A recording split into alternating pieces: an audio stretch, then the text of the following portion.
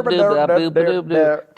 guys, one ballot. Welcome back to today's episode, 2024 One Ballot. This is a doozy. We're going to cover all of Colorado issues, then we're going to cover all of Denver issues.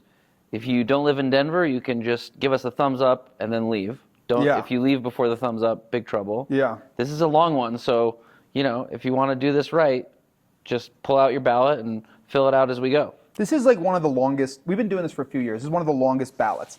So it's a little painful. Some interesting stuff. Let's just do it. Okay, we're gonna dig in then, right? G, Colorado, right. G. Exemption, homestead exemption, property tax exemption for veterans with disabilities. Okay, so if you have a veteran in your family who died, I think you pay no property tax, right? This is supposed to be for people with 100%. So right now you need to be 100% disabled as a veteran to get this homestead exemption. Okay. But this will lower it so you could be mostly disabled as a veteran and still get pay less taxes. And by the way, it's not that much less. It's like $500 a person. I vote yes. I vote yes on this too. So if you're a disabled veteran, maybe you could pay $500 less taxes. That seems no problem. That seems pretty nice. All right, judicial discipline procedures. H. Number H. It's a letter.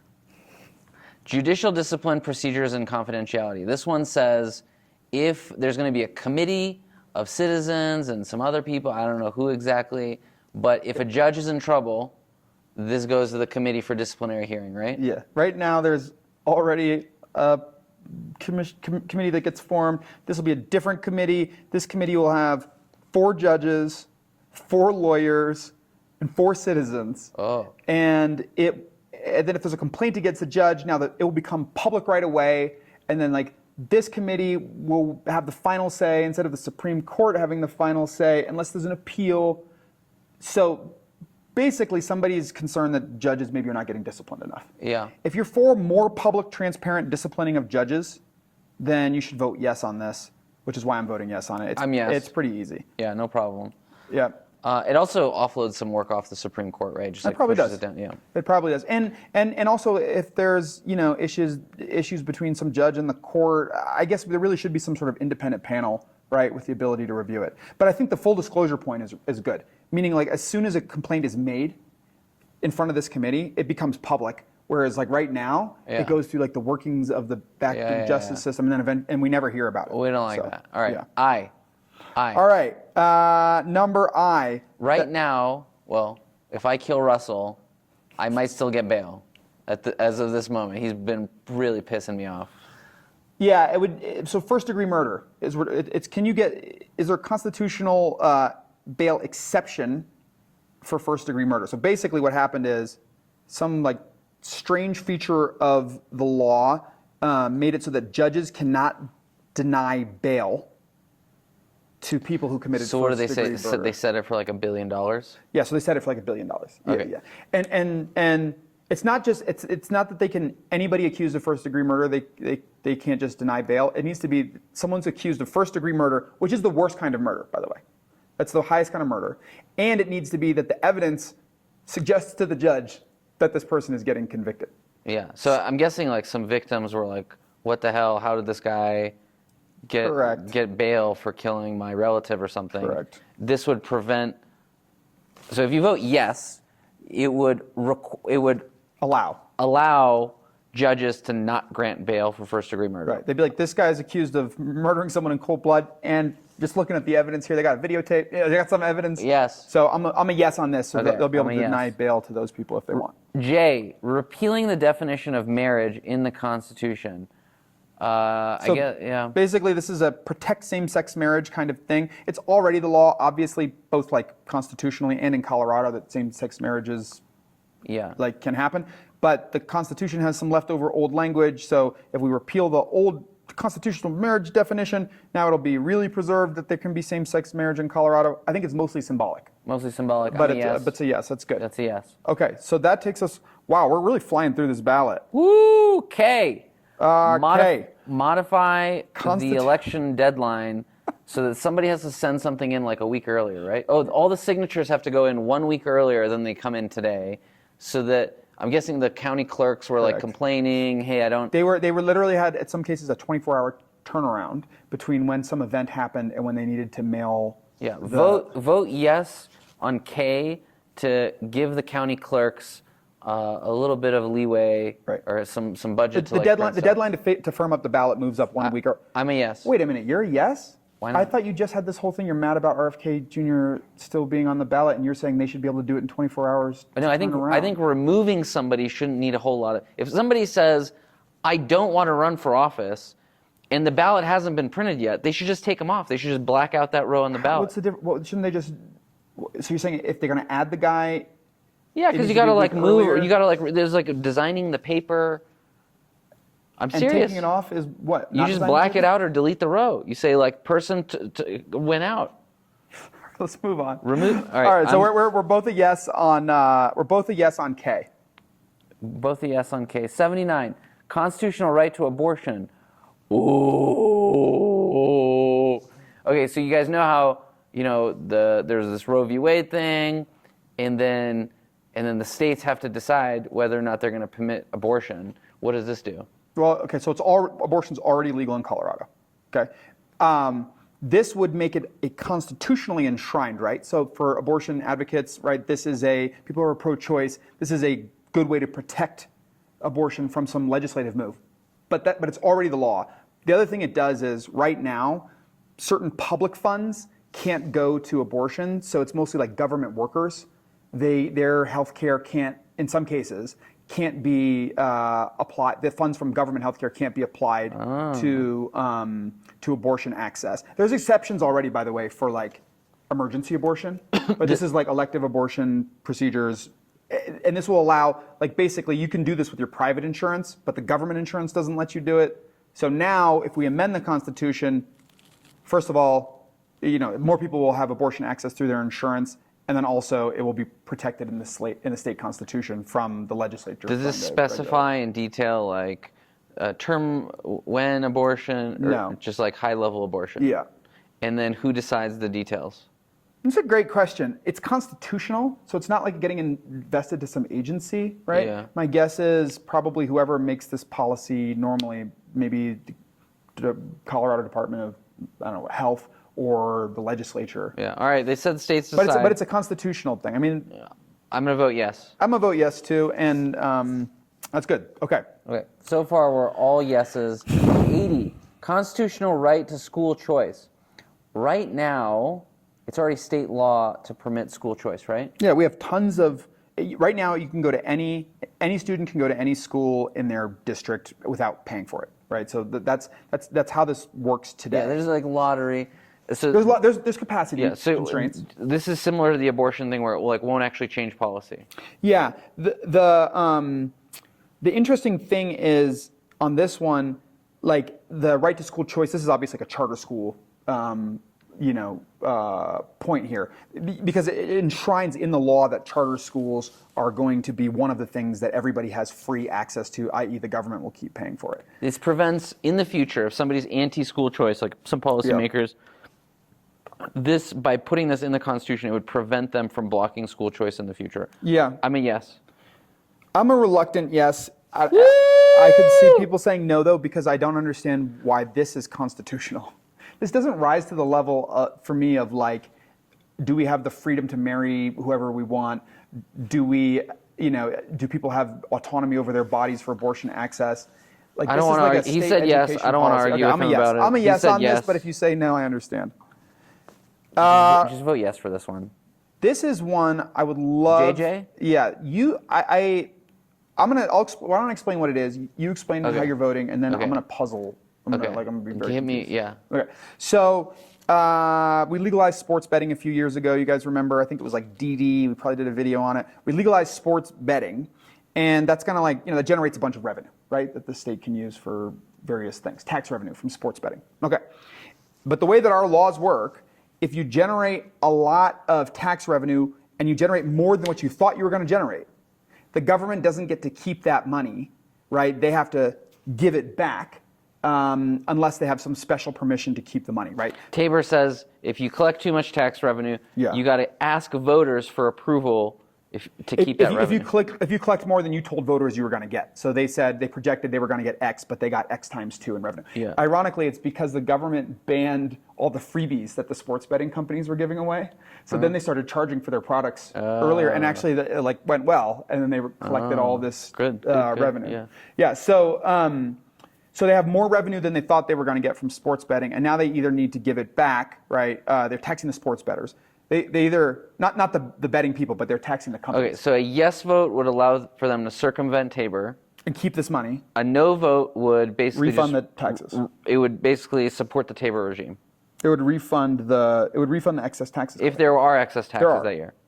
There are, but and this is for all of the future, right? With this particular sports betting tax. So a vote yes would allow the sport betting tax to permanently circumvent the Tabor rule.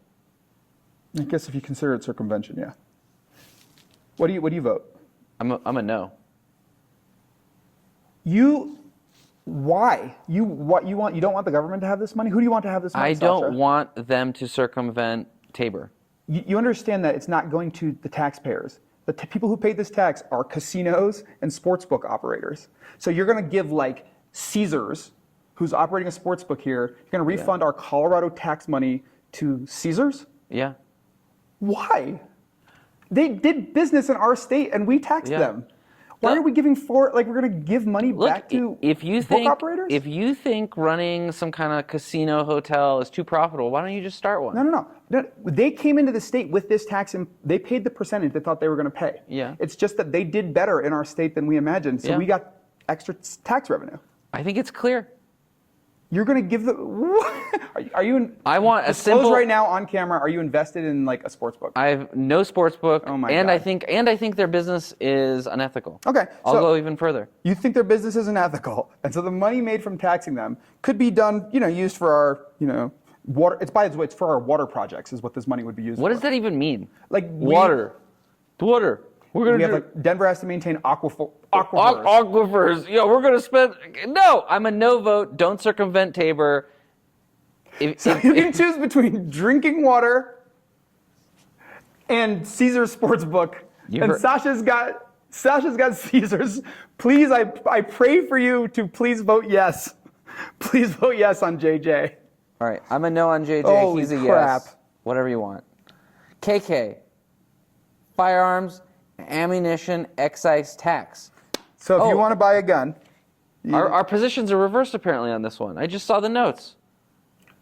I'm saying a yes on KK is increasing excise tax, like a sales tax on guns. Right. There's already a little bit of an excise tax.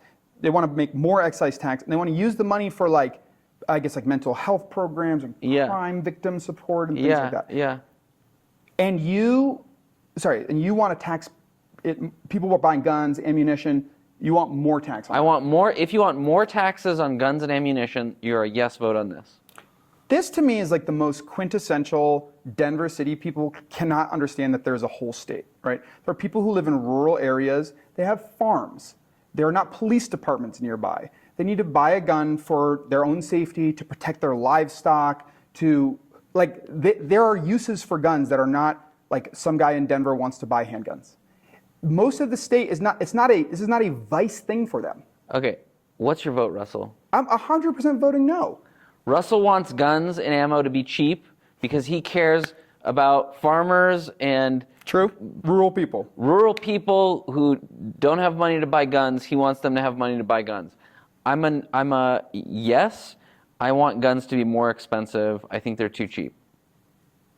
There'll be less guns. Is that right? You think this will drive behavior? I hope the excise tax is like 2,000%. Or do you think this is just like punishment of people who don't live in the city? I want guns to be unaffordable for 19-year-olds. Okay. Don't you also think this tax is regressive? Like this will hurt poor people who buy guns?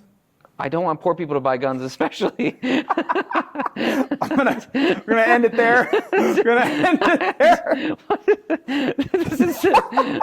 All right. So we're moving on. Poor people to buy more guns. I vote yes. He said. I vote no. He said yeah. Yes. Okay. 127. So now what are we going to use the guns for, Sasha? We're gonna kill the bobcats.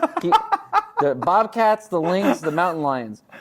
If you want to prohibit killing bobcats, lynx, and mountain lions. Hunting them. Yes. Not killing them, hunting them. Hunting them. If you vote no, what you're doing is you're permitting the Department of Wildlife. So the state has a Department of Wildlife that regulates hunting of these animals. They give out permits. If you vote no, you're just basically saying that department can continue to regulate these. If you vote yes, you say that department has no say. You're saying I know better than that department. Yeah. No killing mountain lions. And by the way, that department, they give out the hunting, they give out tags, they sell them to raise tax revenue, but also to regulate the populations of these animals already. Yeah. So lynx is one of the types of animals. You've got bobcats, lynx, and mountain lions. Lynx are already endangered, so you already can't hunt them because the parks and wildlife people don't want you to hunt endangered animals. Yeah. But then mountain lions, not endangered. Got lots of them. We got lots of them. And so they do give out tags to hunt those ones. And those tags collect about $500,000 a year of revenue. So it's as though we hired people to tell us which animals it would be good to hunt or not. And then those people have given us opinion, but some voters really want to save the mountain lions, even though the parks people are telling you there are too many. I'm voting no on Oh, God, please vote no. For the love of God, please vote no. 120, sorry, that was 127, vote no. Also, if this passes and you hunt a mountain lion, it's not like you pay a fine. It's like you go to jail. Like there's like prison time associated with. Yeah, you get hunted. What? Can we just pause on that? Yeah, let's this is pause like the this. wolf thing. This is like, remember there people in Denver were like, vote yes on reintroduction of wolves, but all the wolves that got reintroduced are like not in Denver, and everybody outside of Denver voted no. They're like, please, no wolves in our community. And the parks and wildlife people were like, I mean, we thought about it. We don't think it's necessarily a good idea to put wolves out there. And then, I feel like people in the city, I think this must be like Denver people or Boulder people. Yeah. We just really can't believe that the actual Parks and Wildlife Authority knows what they're doing. They assume we must know better. It's a vote of no confidence. It's so stupid. In big parks government. All right, let's keep going.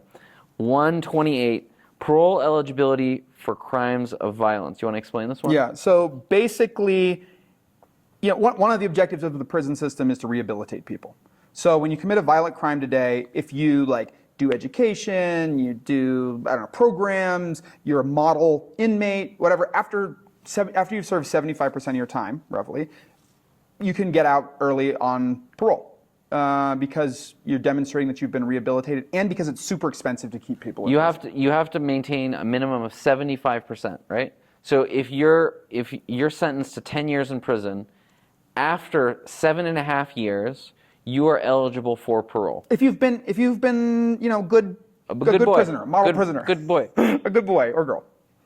So this is mostly boys. It's mostly boys. Mostly boys for violent crimes. Although these days, it's... That's enough of your woke crime theory. This is mostly boys. I'm just saying. It could be they, thems. All right, so the... This would increase it to 85%. Thanks, Professor. Great explanation. He got too derailed. So now you have to serve 8.5 years instead of 7.5 years. So if you vote yes, it would force the parole board to wait another year, basically, or they would have to wait another 10% of your sentence before they could consider you for parole. That's right. So the judge's sentence would be enforced to 85% instead of 75%, but the prisons would have to house more people, and so there's a cost associated. What did they say? It was like $20 million a year? Yeah. This is going to cost, if you vote yes, it's going to cost an extra we're going to spend $20 million more in prison. I think there's a question here that goes why are we putting people in prison? Is it actually to try to incentivize rehabilitation even when it's for violent crimes? And if people are really showing that they're rehabilitated, are we trying to say they should still serve longer sentences? Yeah, I'm going to go on a little bit of an aside here. Of all of our different divisions of government, and if you were to stack rank them as to which divisions perform the best, which divisions perform the worst, I would say Department of Corrections probably fails us the most. And I want people to be in prison for shorter rather than longer because I don't think they get rehabilitated when they're in prison. We just spend money to house them. And that's it.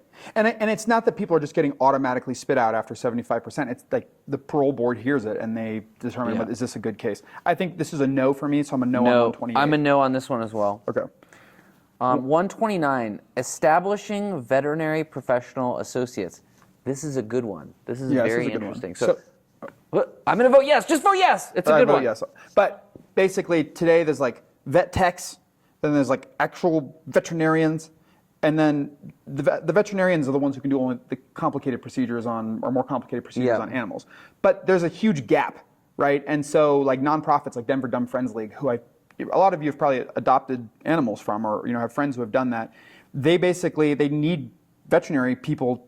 They need people with some training to perform procedures on animals, but they can't hire veterinarians. It's not enough, and they can't afford it. So they're like, look, for the kind of less complicated procedures, could we just have an intermediate class? People who just have a master's degree, they're not like a doctor of veterinary medicine. They have a master's degree, and they can do like these intermediate medical tasks for animals. All right, so we're voting yes on this, both of us. Yeah. This reduces the credentialing barriers for people who love animals and want to help animals. This reduces the amount of credentials that they have to go get. Yeah, I guess that's right. I'm a yes. Yeah, I'm a yes on this too. 130, funding for law enforcement. What's this one? How many million? So it's 350 million, but it's not a new tax. It's 350 million, and it's a direction to the state to take, look, of your money that you already are allocating to different things, you state must go allocate 350 million. So the state does a budget every year. This would set a floor to that budget of 300 million or something like that to the police. Yeah. And here's what it goes to. Yeah.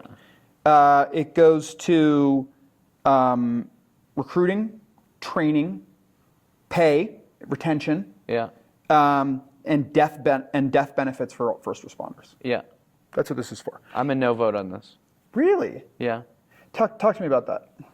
Well, we hire a legislature to set a budget. Yeah. And if we think they're not capable of setting a budget, then vote out your representative.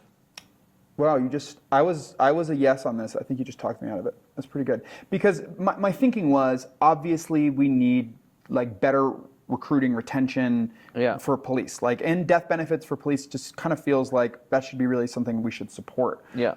But you make a good point, which is the state's got lots of different priorities, and if you're not satisfied with how much resources are going to police, you should be talking to your representative and voting them out of office. You shouldn't be trying to say, you do a terrible job on this issue, I'll just mandate this fix. Yeah. And then I'll just keep you in office. Like some kind of backseat driving of the budget? Yeah. Like what? We're supposed to... Okay, but what about, let me make this argument to you. Uh-huh. Police activity and funding, it's a really politically charged issue. Yeah. Is it possible that in a Democratic-controlled state, just politically, it's never going to be palatable enough for our politicians to give the proper support to the police right now in our current environment? And so basically, they really need to do more of it. But if we don't vote this through, it's going to take them, 5 more years of not good policing in the state in order the problem's going to have to get way worse before it gets better. You're saying the state legislature is predominantly Democrats. It is, 67% or whatever. You don't trust Democrats on the topic of police. Or Democrats feel too politically vulnerable on the topic of police that they don't do the thing that they know that they should do. Yeah, so Democrats need political cover to fund police, otherwise they won't do it, and therefore we should permanently fund police via ballot. I think I just talked myself back into being a yes on this. Yeah, if you think that's the case with Democrats, you should vote out Democrats. You don't think that's the case?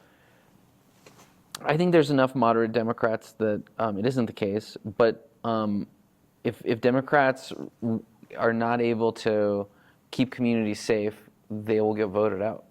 You think that, let's just say if this doesn't pass, do you think that enough adequate resources will be allocated to police retention, training, and recruiting in the next few years? Yeah. I think most police funding still happens at a county level anyways. Yeah. Okay, I'm back to no. I'm a no on this one. We're both a no. Also, let it be known that I'm winning. If this was a debate, I just won. Because I just got a vote. I got a vote flip, Yeah, right? yeah. I think they You've gotten understand 0 vote flips so far. That's true. Yeah, I noticed. That's too. true. Although you have held some entirely unreasonable positions. 131 establishing 131 establishing an all-candidate primary and ranked choice voting in general elections. This one's fascinating. Ooh, interesting experiment. I've gotten lots of ads for this one too. Oh, you have? I haven't gotten any.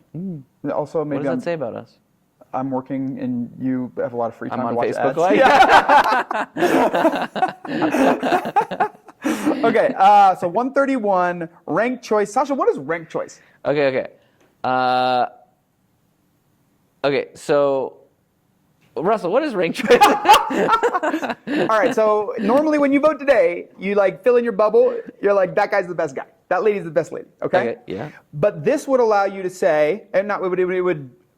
The way you would vote would be, I think Sasha's the best. I think Russell's the second best. I think our studio tech back there is the third best. You would rank the candidates. Ranked choice. And it wouldn't be that all the Democrats vote on their guy first, and he goes up, and the Republicans vote on their lady, then she goes up. It wouldn't be party by party like that. Okay, so two separate things. First of all, no more Democrat and Republican primary. Everybody runs together. Everybody runs together. So that's the first part of this. Yeah. The second part of this is you might say, all right, I like the Democrat most.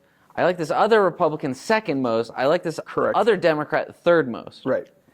If none of them get 50% of the vote, what happens is the person with the least amount of votes, their votes get taken away and reallocated. Right. So anybody who put them as number one, now their vote gets transferred to the number two person. Yeah. It's kind of complicated, right? So if you voted for the number 4 person as number 1, all of your votes would go to whoever you said was number 2.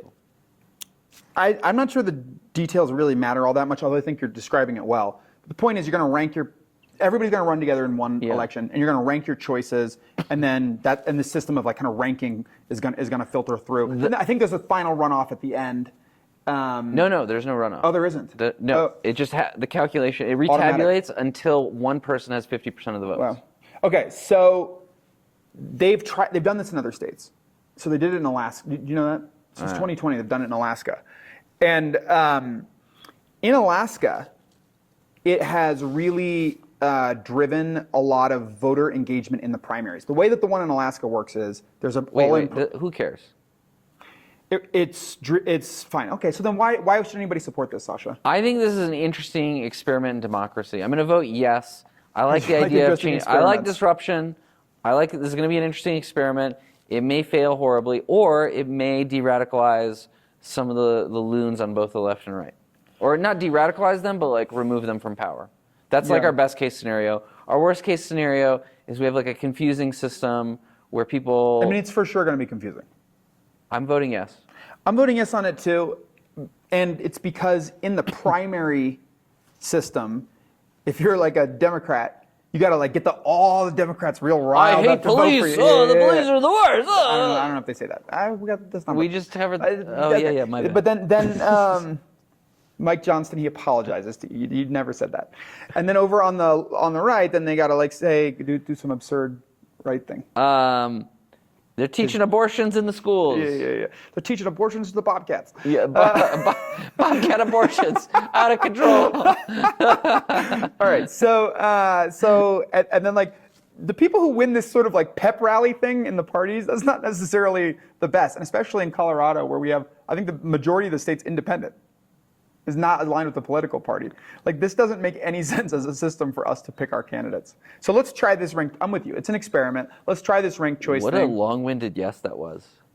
I'm sorry that I wanted on our voter education video to educate the voters. I'm glad you apologized to our audience. So let's keep going. All right, actually, that was the end of the state issues. We're now moving on to the city issues.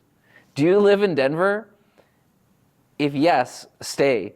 Do you want to hear some of the absurdity of Denver ballot initiatives?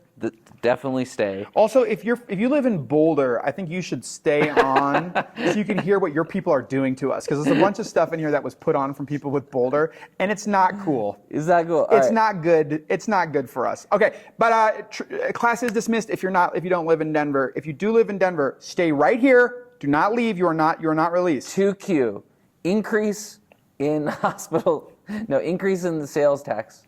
All right. So the last few years, we've had what, 5, 10 sales tax things? Yes. Someone should go through our channel and count them all up. And it's just like sales tax keeps going up and up and up in Denver. Yep. So now we have this year got 2 new sales tax asks. Okay. Number 1. 2Q. 2Q. Yeah, sorry, not number 1. Number 2Q. Sales tax increase for hospitals. And how much will it be? 0.34%. So if you buy something for $10, it's 34 cents. Yeah. Good job, Russell. Thank you, Sasha. Okay, and it's for Denver Health. Like that's the place where you go if you Health. get stabbed or shot or in like a really bad car accident. It's like a trauma center. They've had some organizational challenges. I think they have new leadership. They had a bunch of doctors leave, and they're asking for more money. So they're like county-run nonprofit hospital. If you ever see people without resources in Denver who are like having some mental health crisis out on the street or whatever, it's like, where will they? If you're like, that person needs to be in a hospispital, Denver Health is that hospital. So overdoses, like they handle all the street stuff. Yeah, street stuff, undocumented people, like all of that, right? Yeah. So, and the truth is they're overwhelmed. And so this yes is a or good, no? Reluctant, yes. I don't like the sales tax, but I think this has to be. I don't like adding to our sales tax.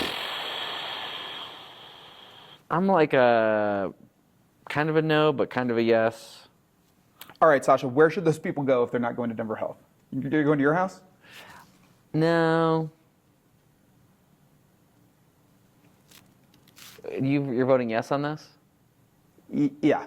I'm going to give you a pity yes on this. You're so sick. This is literally a win for me. And you put an asterisk on it because you're such a jerk. Okay, good job, Russell. If anybody wants to write in and apply for Sasha's job for next year. 0.34% increase for the hospital. As a good citizen and a lover of hospitals, I'm a yes. Okay, it's a pity. Out of pity for you, I'm willing to explain the next ballot measure. Or actually, my pity's gone for you. Go ahead and explain the next measure to the people, Sasha. 2R is another sales tax increase proposal. The proceeds of this sales tax will go to subsidize housing for, I think, middle-income people in Denver. It's like purchase assistance. It's affordable. It's other affordable housing. But it's not for like homeless housing. No, it's not for no. It's not like homeless. It's like if you are, I don't know, like a firefighter or something. I don't think there's anything about firefighters in there. But it's for well, people. they're always like, our teachers can't live in the community, right? Yeah. So it's basically the idea is you're going to raise sales tax a little bit more than the other one, 0.5%. Yeah. This time, and it's going to generate, I think, like $100 million in a year, and it'll go to subsidized housing. Subsidized housing. Not for homeless people, right. For middle-income people. For people who want to buy a home. Or rent. I think it's like focused on like helping people buy homes. Yeah. So the question is should we raise sales tax to do this? What do you say? Absolutely not. This is so dumb. Sorry, this is dumb. I think I'm a no on this too, and I think that people who advocate for this, they say Denver needs to be affordable. Yeah. But part of making Denver affordable is not charging everybody for sales tax all the time.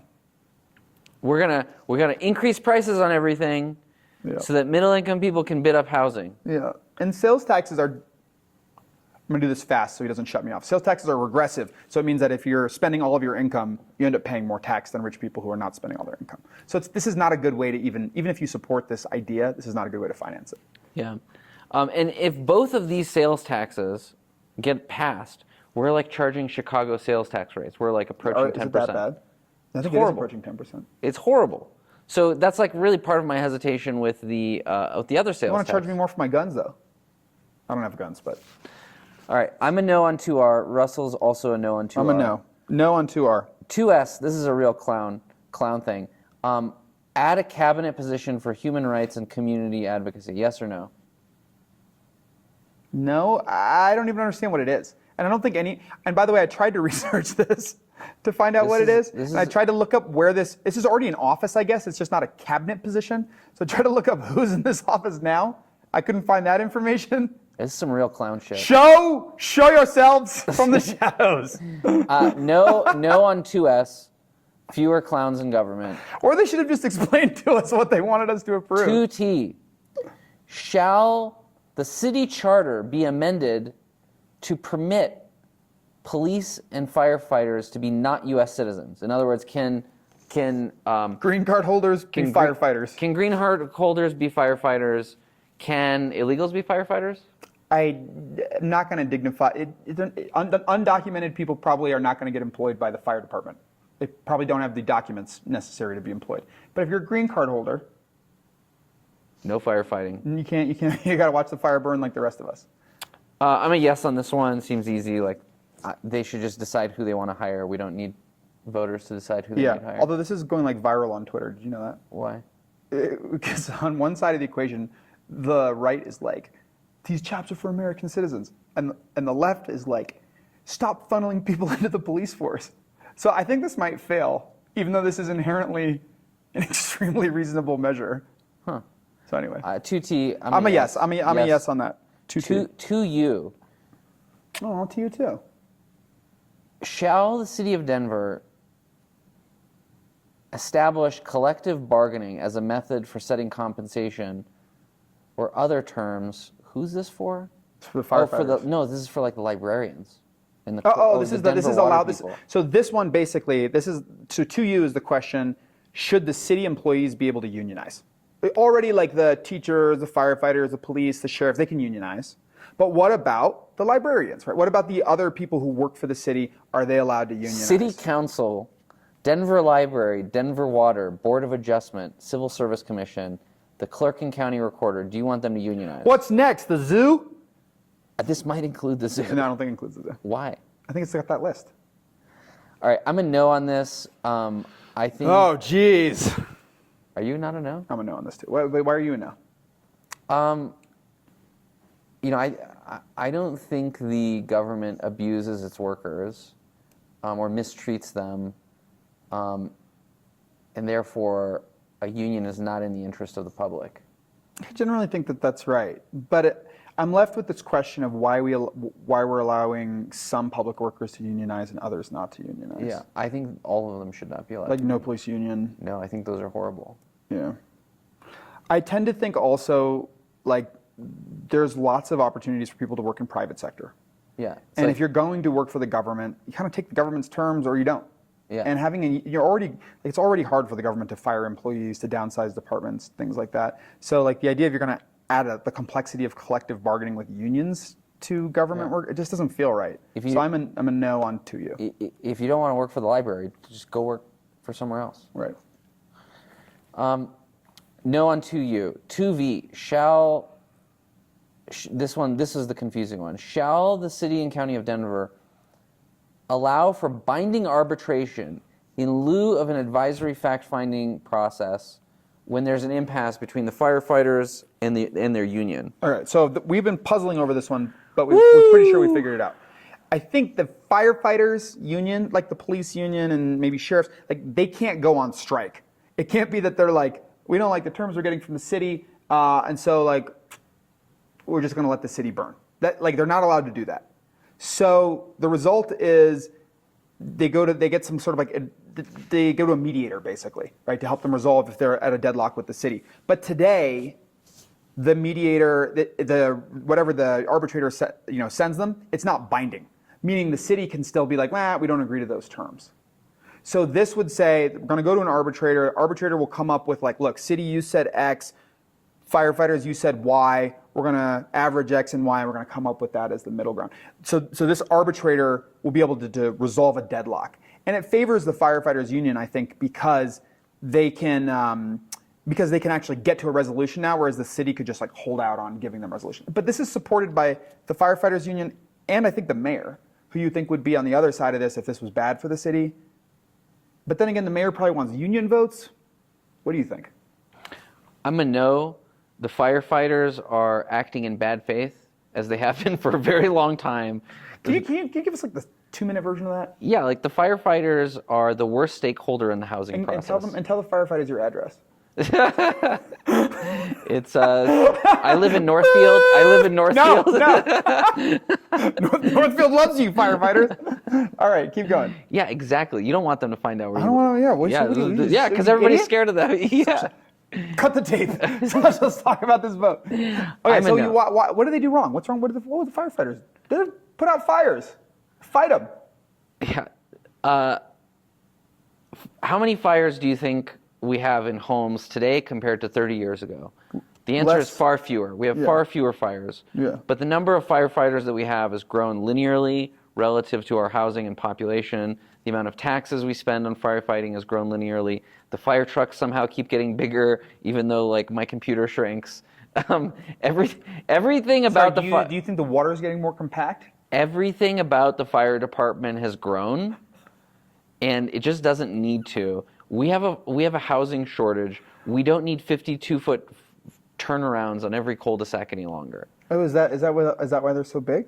Because for fire trucks? Yes. If you've ever wondered why is my cul-de-sac big enough for like 12 cars to park and I can still turn around in it, it's because the firefighters demand can't drive that they should be able to rotate their full 52-foot truck inside of it. And this is just one of many absurd demands.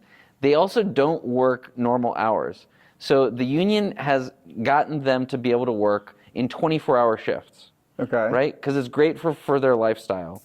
Now, do you want a firefighter rescuing you in the 23rd hour of his 24-hour shift? I don't. I think that's bad for public safety. Was he napping during some of the shift earlier, or was he had to be awake for 24 hours? Maybe he was awake. Maybe he was asleep. You don't know.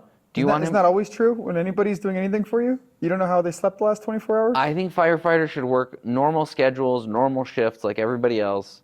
But the firefighters union doesn't want that. Now you might think, well, maybe they're having a hard time recruiting firefighters. No. They turn down like 99.9% of You're saying that's an indication that the gig's too sweet. What I'm saying is vote no on this, and your house will not burn down, I promise. Okay, I'm going to vote yes on this because this is the same process by which collective bargaining disputes get resolved for the police and the sheriff and I think teachers too maybe. So like any of these disputes, they should get resolved the same way. 2W. Wait, which one was that? We just finished. That was the 2V. So I'm a yes on 2V. I'm a no on 2V. Okay. 2W. 2W. Right now, if you're going to change the salaries of any elected officials, like city council basically, it has to be like in 4-year increments. It has to go to the voters every time. No. It's 4-year increments. Yeah. But city council can change its own salary. Oh. So every 4 years, city council redetermines its own salary. Yeah. And so this is saying we're going to fix city council's salary, and then it's just going to basically track CPI. Oh, really? That's what this does? Yeah. And removes discretion. Yeah, so they can't set their own salaries anymore if you vote for this. It fixes their salaries, and then their salaries just bump up with inflation. Oh, man, that kind of sucks. I'm changing my vote on this one.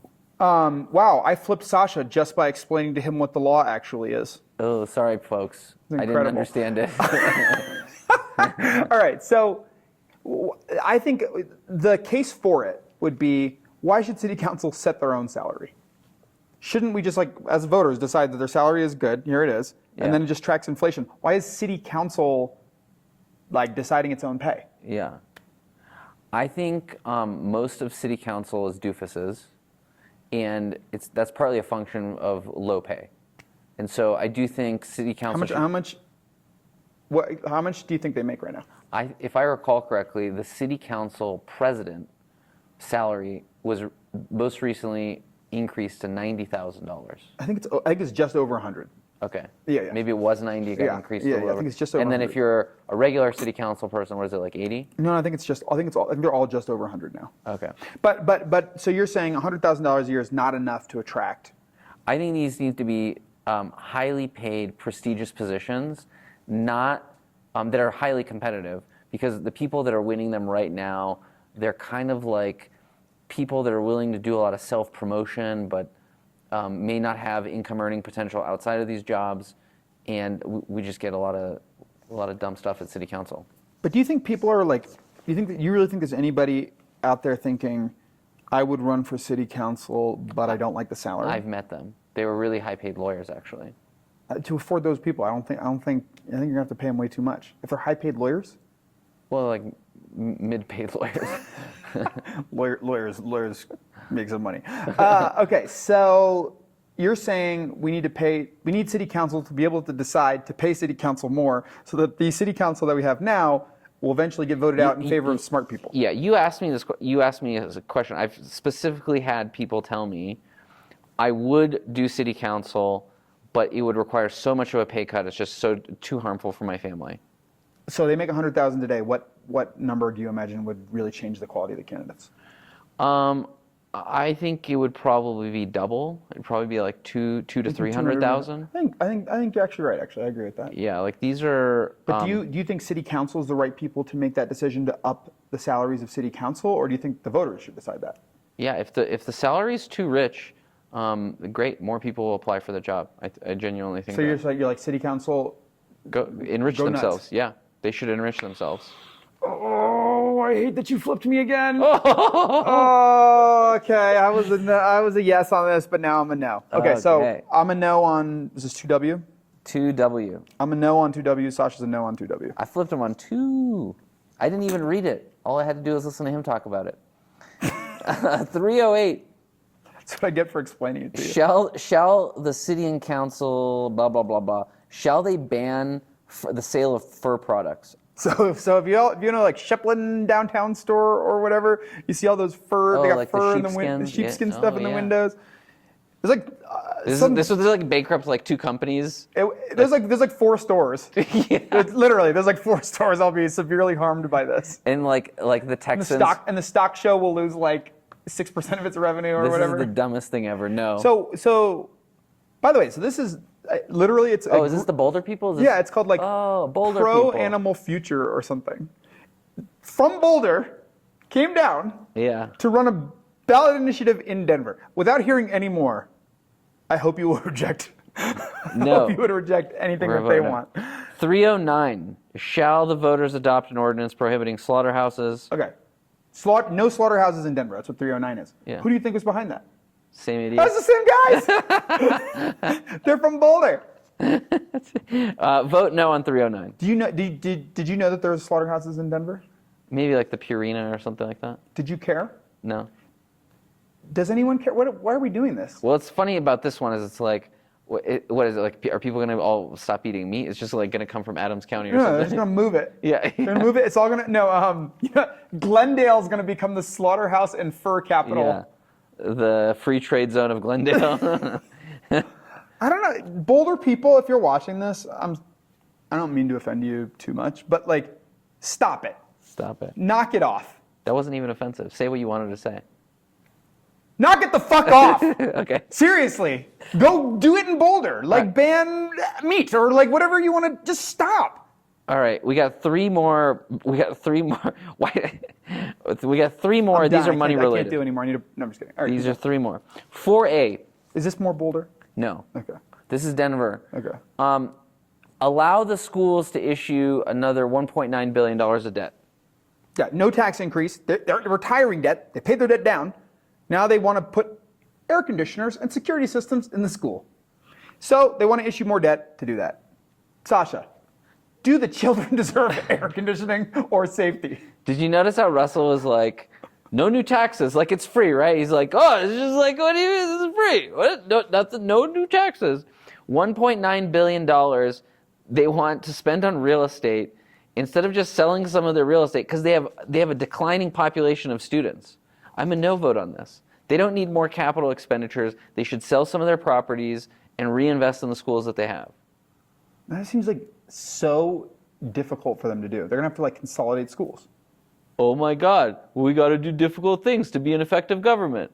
But what about like in the near term, like kids with no AC and like inadequate security systems? That doesn't seem right. If a school has no AC, do you really think it's a good school? DPS schools with no AC. I know. Shut them down. Move the kids into new schools. Bust They might them. be far away from their home. Like sometimes it's okay to have neighborhood school. It's a good thing. It's a good thing. If you think it's a good thing to reinvest in crumbling schools instead of consolidating schools, then yeah, increase our debt by $1.9 billion. All right. Yeah, I'm a yes. I'm a yes on this. Vote yes if you think government shouldn't have to make the difficult decisions like every other organization has. Did you have AC in your school when you were a kid? I'm a no on this one. I'm glad that there was not like a time warp where like you're making your own decisions about your own school. 6A. They don't even go to class during the summer. It's Colorado. It's still summer. Just open a window. It's not even. There's no even school during the summer. I'm going to say something xenophobic. I feel like you definitely were raised by immigrants. Thank you. I take that as the highest compliment. That's true. 6A, $847 of debt. Oh, it's probably free, isn't it, Russell? For the Downtown Denver Partnership. But this isn't for everybody. This is only if you live like downtown. Yeah, this is it's a big tax measure, and it's only voted on by 2,000 Denver residents or something. So I don't know who you are, the very specific people we're talking to. It's going to raise a bunch of money to. By the way, it's a vague mandate. It's just like fix downtown. Yeah. It's like improve down. It's like downtown sucks, right? But so like, does everybody have to pay the tax, or only people? I think it actually is everybody who pays the tax. I think it's a citywide tax. But people who live in 80202 are the only ones it's who like get yeah, vote. it's like the down. I don't know if that's the zip code exactly, Yeah. but it's like whoever's in this downtown bubble can vote on this. I'm going to tax. tell you no, even though I'm very tied to downtown. Okay, why are you? Are you going to vote a yes? State your position. I'm a no. Oh, okay. We're a no. Don't worry about it. I'm a no because they didn't explain what they're going to do with this money, and I feel like they've effed up downtown like quite bad. And so until they present me with a plan that I can understand, I can't just keep giving you guys money to keep not making downtown better. Yeah. I do feel a little bit bad for Mike Johnson though. Yeah. Because like he's like, hey, I want to fix this city up for you guys. I got a plan for downtown. Can you please just trust me with $600 million or whatever? I'm gonna like really fix downtown up for you. And I'm like, no. Yeah. And then he's like, well, what did you elect me for? Yeah. The issue is that there were a lot of really bad decisions made by the Hancock administration. Yeah. They're hanging over us. And one of the decisions they made in collaboration with Downtown Denver Partnership was to literally demolish the entire 16th Street Mall. They thought that was going to be a good idea. I mean, the case could be made. The case could be made. Demolish the one place that people gather downtown. I actually kind of like that idea. You want to preserve the 16th Street Mall? No, they already demolished it, though, and they've rebuilt it to look. Okay, the rebuilding just part like I'm not for. Yeah. All right, so what do you, Sasha, let me ask you this. Yeah. Downtown, is it just a goner, or like if you're not going to greenlight funding to fix it up, like what are we doing? Like me and you, we're citizens of Denver. What are we actually doing about downtown? Here's what I think needs to happen. The market's going to kind of self-correct. Office rents are plummeting. So there's going to be a big reset on office rents. Companies are going to start going more to downtown because the savings over like Cherry Creek or somewhere else are going to be too big to ignore. And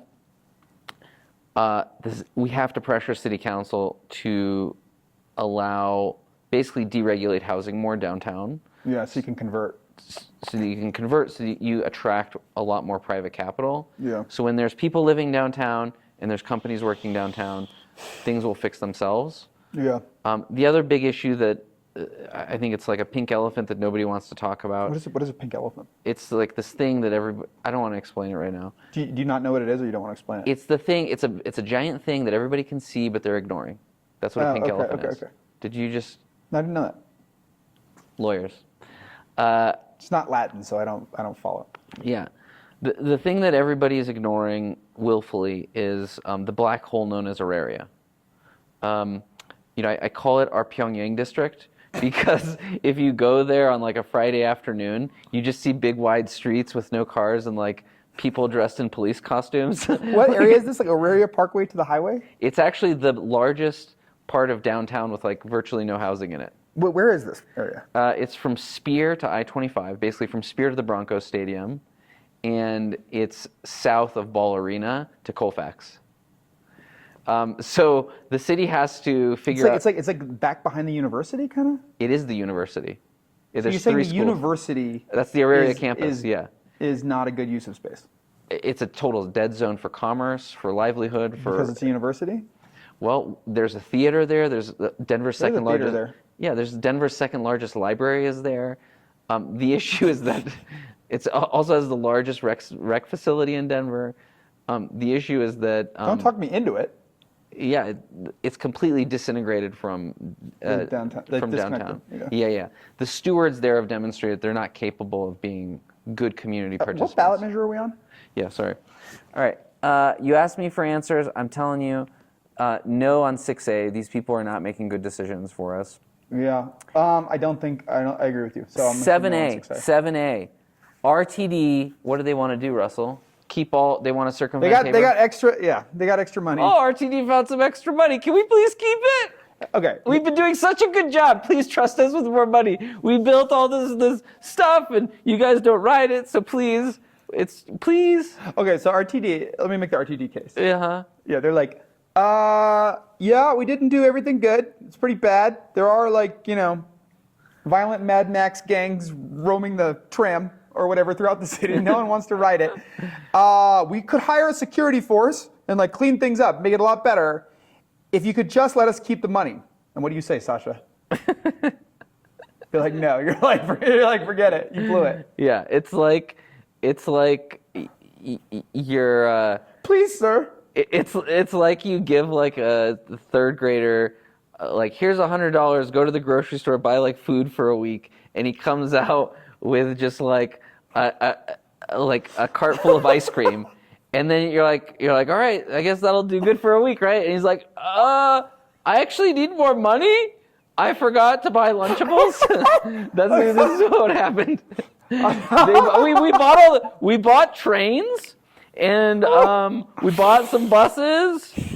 We did this branding thing. We got okay. But we forgot security. I'm so sorry. All right, let me tell you my analogy for this one. Yeah. My analogy for this one is they put this train system in place. They've failed to account for a ton of things. It's wildly unsafe right now. And then the board comes to the voters and they're like, if you say no to this, aren't you saying we the board should personally go down and enforce safety on the trains and clean it up? And my answer to the board is yes, because you screwed it up so bad in the first place. I think they're doing a terrible job. Terrible job. These people are horrible stewards of public capital, and until they demonstrate that they can be good stewards. Until you show that you can not buy ice cream at the store. Yeah, or a reasonable amount of ice cream. Yeah, we can do some ice cream. Yeah. It's fine. After dinner. No on 7A. I do think in real talk, RTD needs major reform. 100%. I mean, I think if I was... Would you run for RTD board? No. Why not? No, they don't pay you enough? I think the governance is too discombobulated. I wouldn't trust the rest of the board. If I was mayor of Denver or mayor of any other municipality, I would actually be running ballot initiatives to withdraw from the RTD tax district. I think RTD probably has to reinvent from the ground up. Why wouldn't you be on the choo-choo? You love choo-choos.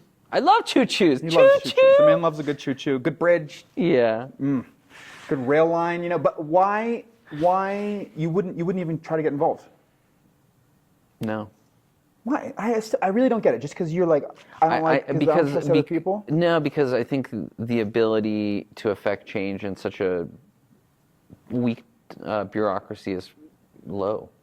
If I thought I could make a reasonable amount of change in a quick period of time, it's the same as city council. People don't want to run for city council because they say, it doesn't pay me well, but I also this is not fun dealing with these doofuses who want to listen to these pro-Hamas things. We don't want to be part of this. People don't want to be part of this organization that can't seem to run itself. You're such a quitter. Russell, for city council? You know what? I consider running for RTD. Thank you very much, audience, for sitting done? through. This is it. Wow, we did it. 2 guys, 1 ballot. See you maybe next year.